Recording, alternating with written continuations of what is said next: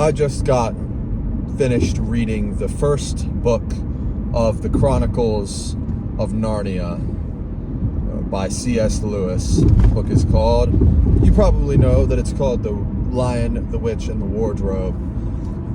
And it was very much a fantasy book. And I have so many things to say about it. By the way, my name is Luke, and you are watching Castles in the Air. I kind of forgot to say that. Number one, above everything, not above everything, but the first thing that comes to my mind is the audiobook experience. I read the narration by Sir Michael, I think his name is Hordern. I think that is his name, or is it Ordern? It could be wrong what his name is, but it was such a soothing and engaging audiobook experience. It included a harp which was played in a certain mood according to the mood of the story. So in the book, for the most part, when the characters were in and out of Narnia, the harp would be a soothing, harmonic plucking. But whenever the White Witch would be present or near, the fucking harp would go sour, very sour and frantic sounding. And that was just incredible, and it actually gave me some chills when I first heard it. So, and Sir Michael's voice is so soothing. I'm doing the fucking Trump hands again. I've been having a problem where I do the Trump hands. Okay. So, Sir Michael's voice is so soothing. It's as soothing as the harp. It makes me feel like I'm part of the experience. It makes me feel like I'm being read a lullaby. Isn't a lullaby a lullaby's a song, I guess. But you know what I mean, a bedtime story. It makes me feel like I'm being read a bedtime story, especially because this is a kid's book. Though, even though it's a kid's book, as an adult, I'm 22, I got a lot of enjoyment out of it. I've been wanting to read this book since I was a child. I just never had the attention span. And when I did have the attention span, I didn't have the time. So I finally have both. So I can finally read it. Oh, it was lovely. So, where do I start with the book? So there's these 4 kids, and because of the war, apparently, I don't know what war it's discussing. It might have been World War II, because the books were written in the early 50s. So it could have been World War II or maybe World War I. Because I believe it's set in England. I could be wrong. Pretty sure it's England or Britain or something. Somewhere around there. So, it's these 4 children, and they're living with this professor because they're away from their parents for some reason. I don't really remember why, but I think it has something to do with the war. And they discover, Lucy, the youngest, I believe, of the 4 children, discovers this wardrobe, and I forget why she discovers this wardrobe and how, but she walks in. Everything happens so fast in this book. But she walks in, and she keeps walking, and she notices that the coats in the wardrobe start to turn to trees. And she ends up in this wintry place. And I believe it was summer where they were. So it was odd that there was snow on the ground. So she runs into this man. I believe it's a man with goat legs and horns, but the rest of him looks human, and his name is Mr. Tumnus. And Mr. Tumnus greets her and tells her about this land called Narnia. And he leads her back to his abode, where he starts crying and admits that he was going to kidnap her and bring her to the White Witch.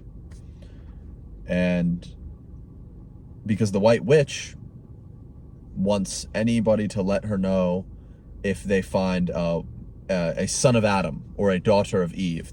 I believe this is a Christian book. I think I've heard that it is actually a retelling of the Bible. Though I am not religious, I find this very interesting. So Lucy gets sent back to where she came, to the lamp post, and she tells all of her siblings about it, Peter, Susan, and Edmund.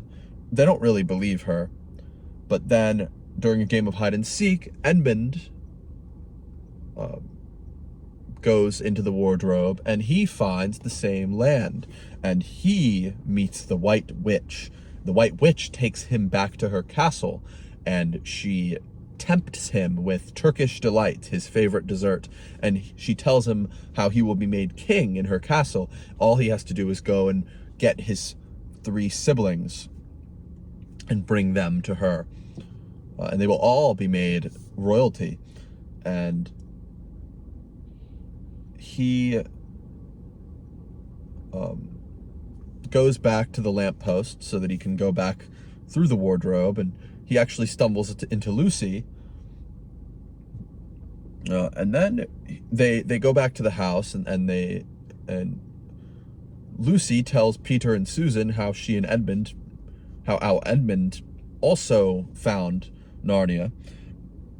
And then for some reason, I don't even know why, Edmund just completely lies and just says that that Lucy's wrong. I don't understand why that's the case, because he also has incentive to bring the siblings back into Narnia, but whatever. But anyway, some way or another, I don't know exactly how, the 4 siblings find their way eventually into Narnia, all of them. And somewhere in between that, the siblings talk to the professor, and they tell the professor about how they're worried about Lucy because she's been like seeing things from their perspective, and the professor actually believes Lucy, and he says, well, it's perfectly possible that there's another world that we don't know about. So these 4 siblings, they eventually find themselves in Narnia, and Peter's very upset with Edmund for lying. But they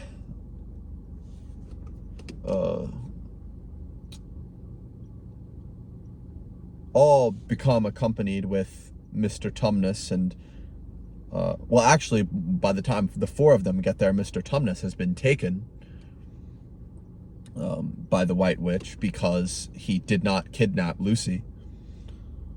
But then they also, it's hard to describe. I'm kind of blanking. It all happened so fast. But this land of Narnia, it's made by the White Witch to be always snowing and always winter, but never Christmas. And the White Witch rules with a very iron fist, and not in a very good way. But Edmund is kind of under her spell, And the four siblings they run into someone named Mr. Beaver. I think his name is just Mr. Beaver. Mr. Beaver is on the side of Mr. Tumnus and sort of the rest of the wood. They are against the White Witch, and they're part of... They are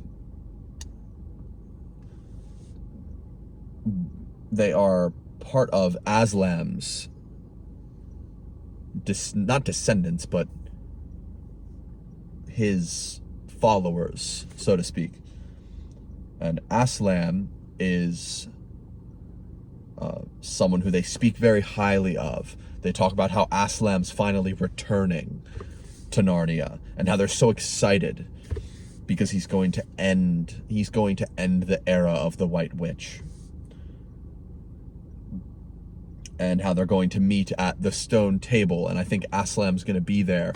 But the thing is, Edmund's hearing all of these things, and at some point he sneaks off and he finds the White Witch, and he tells her about all of these things.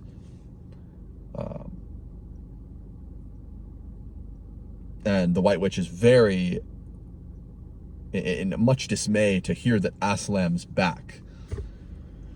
And so eventually Edmund just finds out that the White Witch is really just kind of a cunt. She's a cunt. Not a great lady. So, but by that time, he's already kind of captured by her. He can't escape.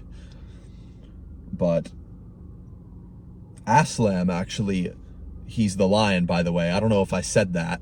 Aslam is the lion. He's a magical lion. And by the way, Narnia is filled with all kinds of creatures. There's centaurs, there's nymphs, there's beavers who can speak, there's Mr. Tumnus, there's all kinds of amazing creatures. Lions that can speak. Wolves.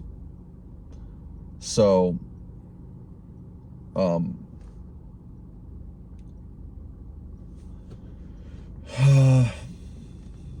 having trouble, forgive me.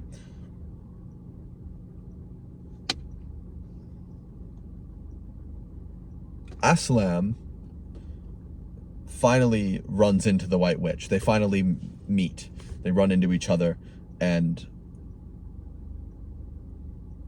I think something happens, and I think the White Witch is going to kill Edmund, or something like that. But then Aslam and the White Witch come to some agreement while they have a talk separate from everyone in secret, and they come to some kind of agreement. And then it turns out that Aslam is going to meet the White Witch, and the White Witch is going to execute him. He will be giving up his life for the traitor Edmund. And Lucy and Susan are sort of on his back, following him through the wood while he's riding to go do this, while he's going to be executed. And it gets followed through with, and Lucy and Susan are very upset. But after a little while, Aslam actually comes back. And this is because the White Witch's magical powers only go back to the beginning of time. But his powers extend beyond the beginning of time, before the beginning of time. And he had a magical spell that was specifically states that if a certain being dies in the stead of a traitor, then the roles of death reverse, or something like that. This is all very trippy. I wouldn't be surprised if C.S. Lewis was on some psychedelics when he was writing this shit. So Aslam comes back, and they have a battle near the end, and Aslam and Lucy and Susan they're riding on his back, and Aslam's flying through the woods so that he can get to the battle that's already being had. Oh, and I forgot to mention that Santa is a fucking... This is kind of a Christmas book, which it's too bad that I'm reading it in March. But in before that, I think before they even met Aslan, Santa arrived because Aslan was getting close, and so Christmas was starting to be something that could happen again. Because remember, the White Witch was making it so that it always snowed, but it was never Christmas. And so Santa arrived and gave all the 4 children gifts. He gave Peter a sword and I think a shield. He gave, I don't know what he gave the rest of the kids, but near the end, in the battle, Peter was using his sword, and he was fighting against the White Witch. But apparently, after all was said and done, it turns out Edmund was the one who was the greatest of the fighters, because he broke the witch's wand while he was fighting her. And this hurt him very badly. He got hurt very badly while fighting her. But once Aslan arrived, they won the battle against the witch. I believe they killed the witch. So,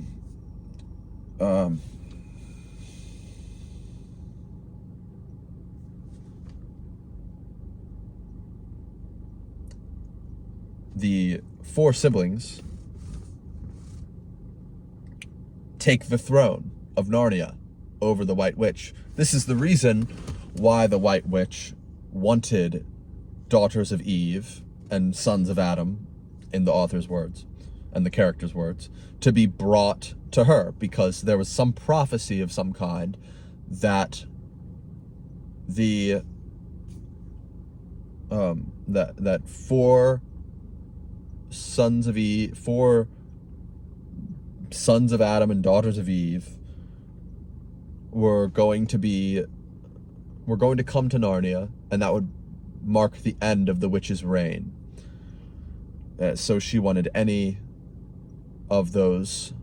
humans, essentially, to be brought to her so that she could turn them to stone and keep this from happening.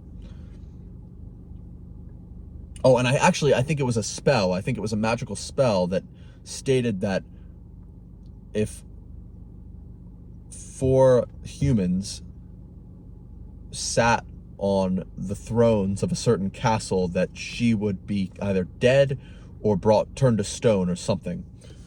But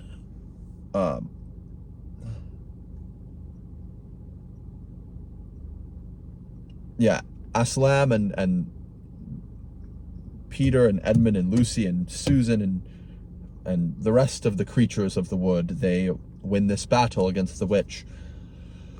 And the 4 siblings become the leaders of Narnia. Now, this book is, I'm not gonna lie, a little misogynistic. One could call it that.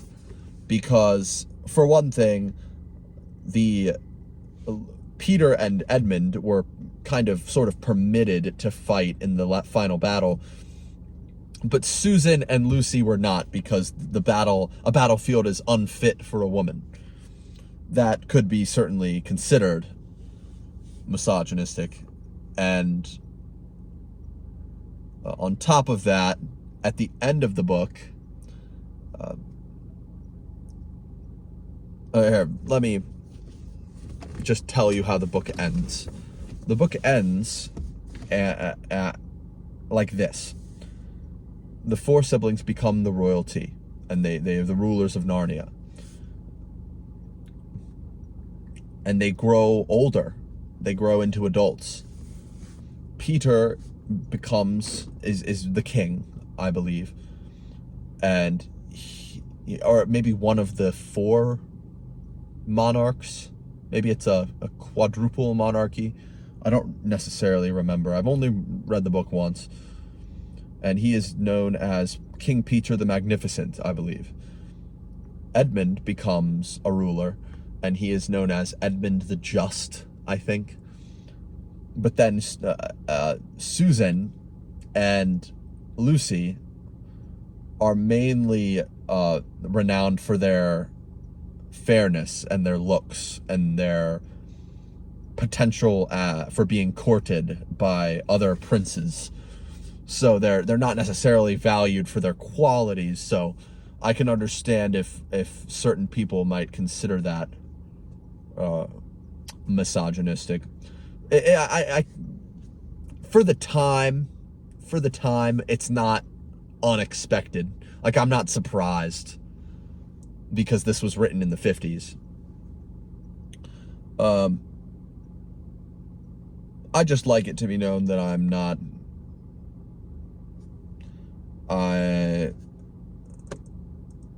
don't really support this, I guess. This book certainly would have been written differently if it was written in the present day, I'm sure, is what I'm trying to say, essentially. Now, I just realized while editing that it is worth mentioning that the witch herself the White Witch is quite a formidable force, and she is a woman. So, in that sense, it might balance out a little bit. I don't know. So,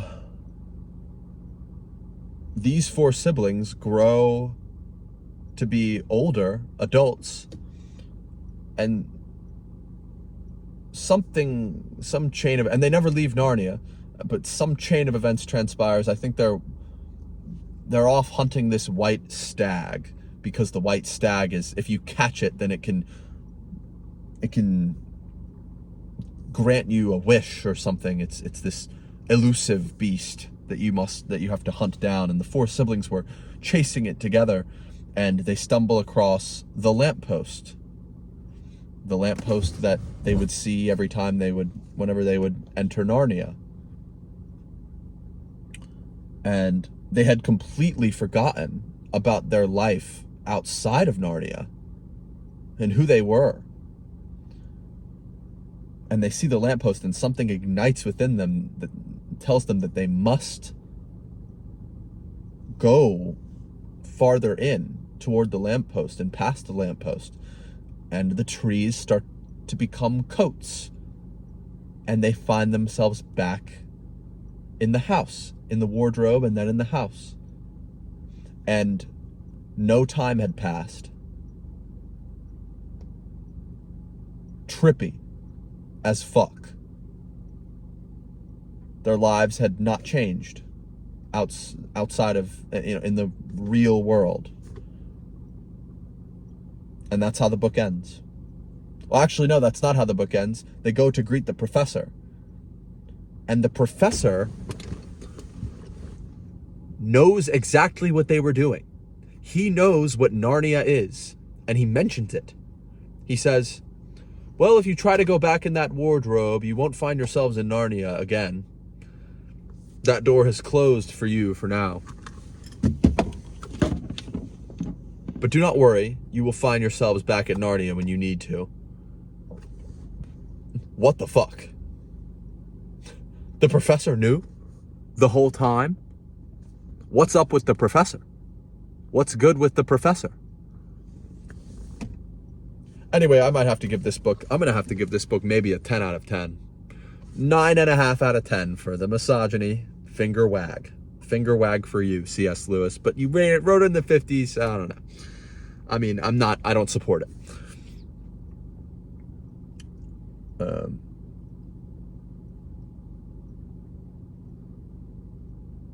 Yeah, great book. Incredible book. Loved it. Can't wait to read the next book in the release order, which is Prince Caspian. I will be probably making a video about that soon.